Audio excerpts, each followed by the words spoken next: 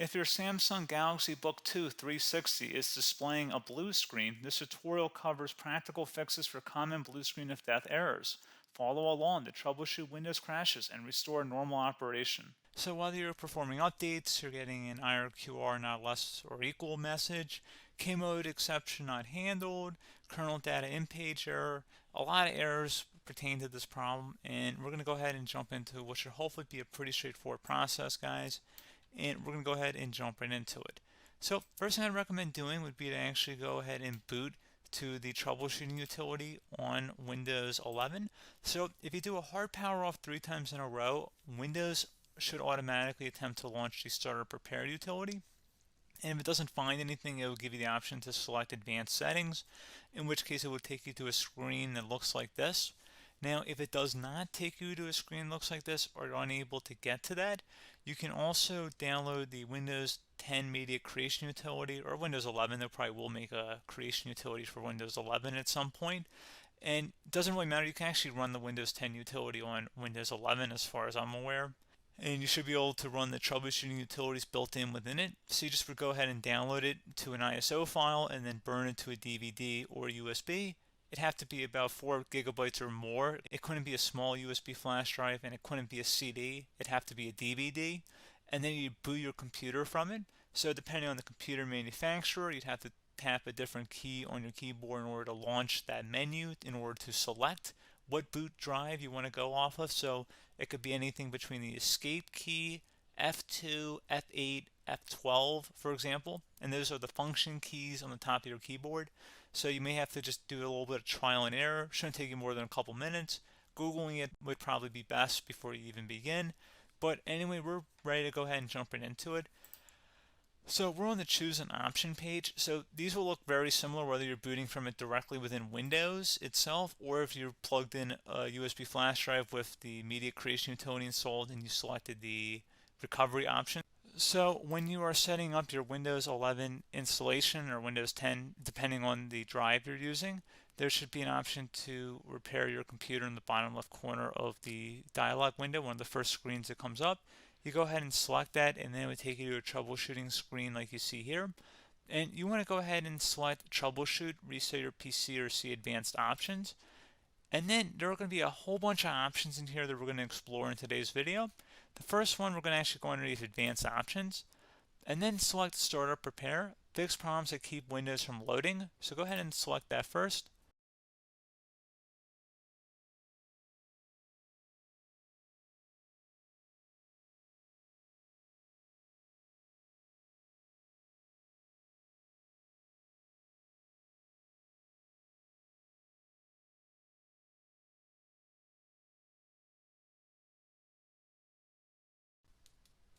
Okay, so you can see it could not repair our PC. That was our first option we could try. Something else, if we go back into advanced options here and then select troubleshoot, we're going to go underneath advanced options again. You can go ahead and actually access safe mode by selecting startup settings.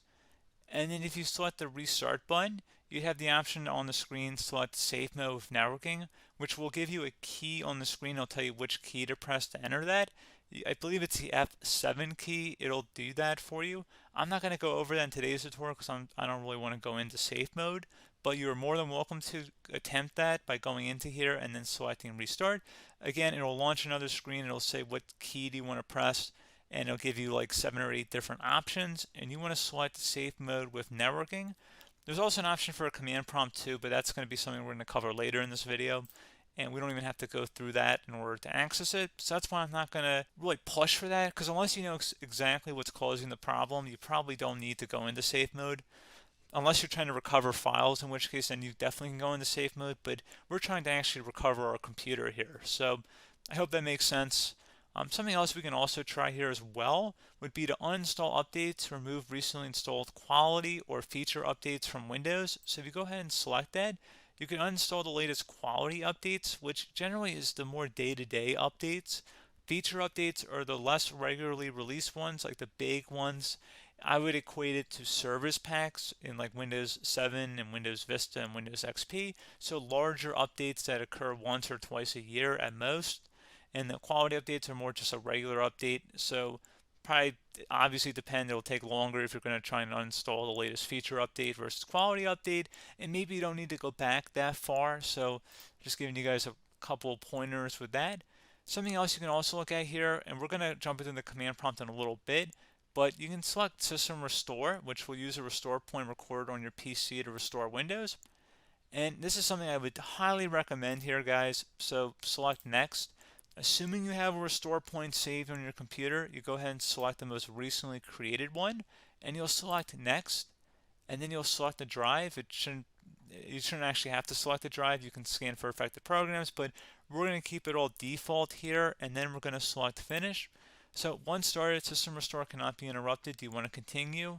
I think we're going to select yes. I don't think we have anything better to do on our computer right now, so just give it a moment here to initialize. It will take a couple minutes to run, obviously depending on how large your hard drive is and how much is saved on the System Restore point.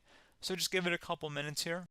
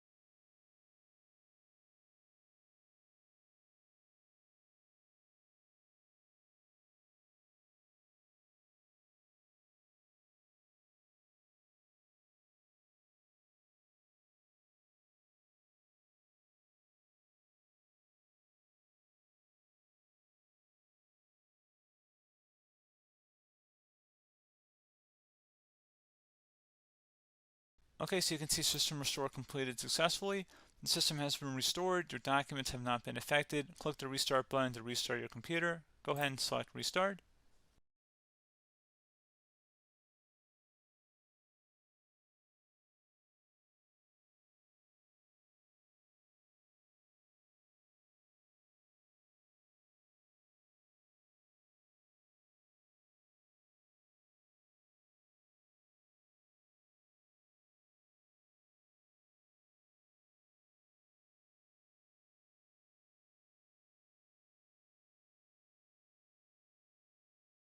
Okay, so you can see the system has been restored successfully.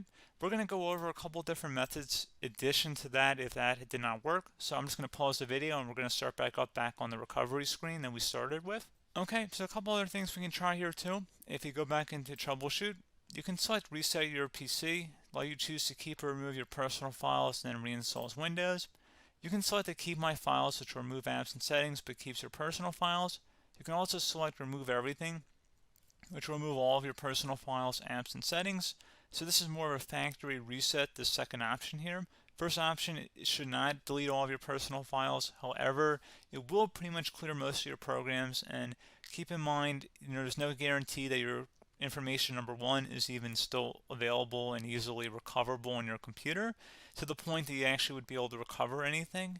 And the second point is that there's always a chance that it won't actually recover and it will just do a factory reset anyway. So there's no guarantee that actually would keep your files anyway. So I would recommend trying to get a recovery tool and backing that up first before selecting it anyway.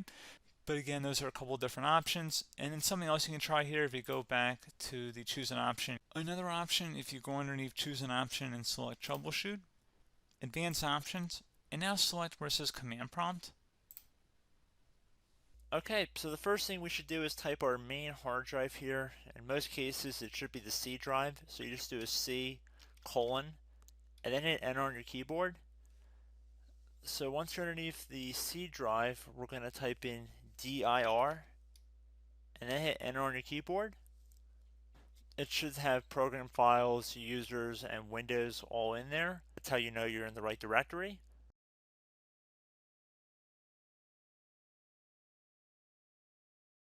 In some cases, it might be the D drive as well, so just keep that in mind.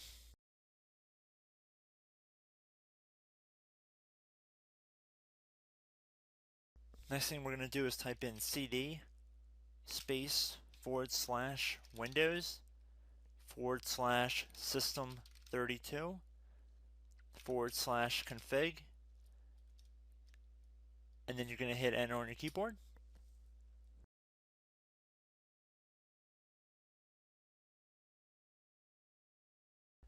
So now you're going to type md space backup. If you've seen other tutorials, it might also say to put down md backup.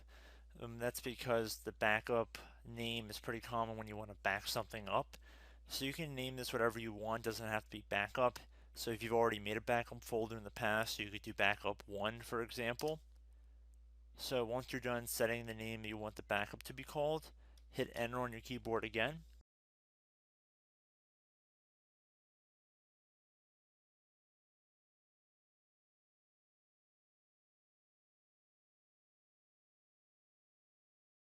At this point you want to type copy, C-O-P-Y, space, then you want to do the star symbol above the 8 key, then do a period or a dot, whatever you want to call it, then another star sign, and then another space, and then type backup, and then hit enter on your keyboard.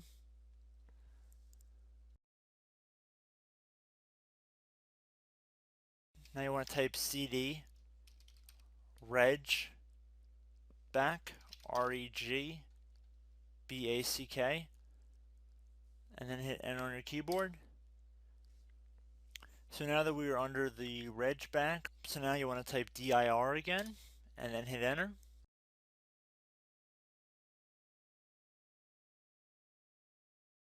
So now at this point we're going to type copy again. So copy, space, star sign, dot, another star sign, space, and then 2 dots.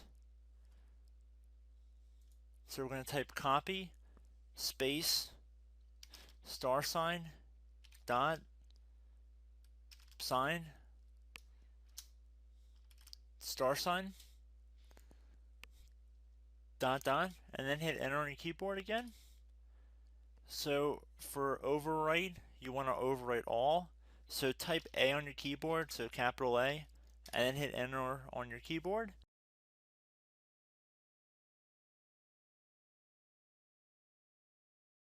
So at this point, you should be good to go. You can close out of the command prompt window, and if you accidentally continue to Windows 10, you should be all set. So I hope one of these 3 or 4 different methods we went through in this tutorial helped you guys out. Again, I'm not sure if you guys heard me earlier, but try to go back into your safe mode if possible and uninstall any programs you know might be conflicting with the Windows startup if you can get into safe mode. So just keep that in mind. Something very simple like that could be blocking up everything. So again, I hope this tutorial helped you guys out, and I will catch you in the next tutorial. Goodbye.